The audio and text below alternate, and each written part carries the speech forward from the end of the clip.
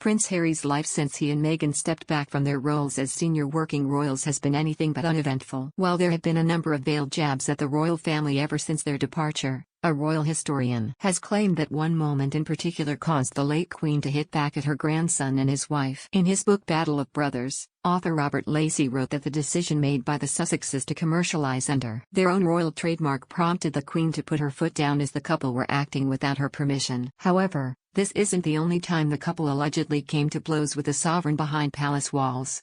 In his biography Battle of Brothers, royal historian Robert Lacey claims Meghan and Harry's decision to sell merchandise under their own royal trademark Sussex Royal without the Queen's permission was a step too far and caused the family to finally hit back.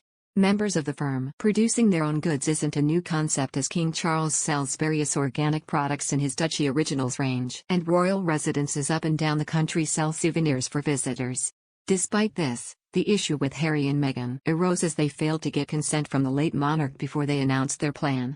The couple are said to have spent thousands of pounds trademarking a number of products which ranged from T-shirts to bandanas.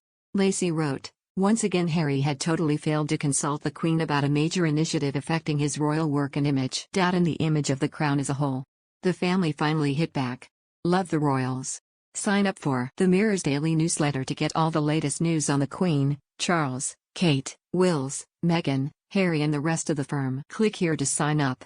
Elizabeth II had always had a soft spot for Harry, and she had been delighted by the arrival of Meghan, whose personal energies seemed to complement her grandson's so well.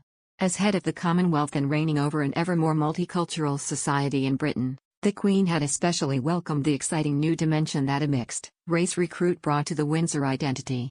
And as we shall see later in this series, she herself had spotted when things were going wrong, and had helped devise a strategy she firmly hoped would make things easier for the couple. But there were some matters on which Elizabeth II would not compromise.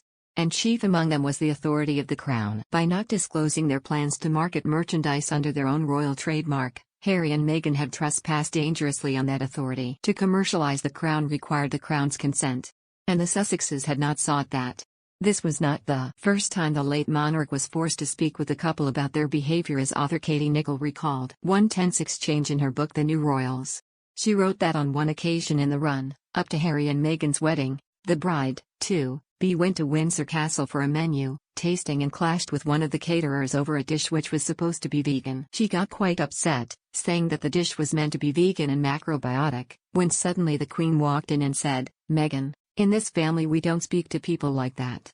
This isn't the only tension that came to light in the lead-up to the couple's wedding, as Tina Brown wrote in her book The Palace Papers, Inside the House of Windsor, the truth and the turmoil that Meghan used the late Queen's trusted aide and close friend, Angela Kelly, like a Hollywood stylist.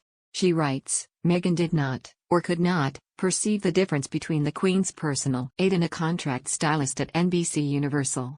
There have been numerous reports of a row over Meghan's wedding day tiara, with Harry reportedly saying what Meghan wants, Meghan gets, after she was refused permission to wear her first choice. A source told Brown there was lots of raging in the lead-up to their wedding and that Meghan would shout in front of staff. The author added that she was told that Meghan and Harry share a mutual addiction to drama.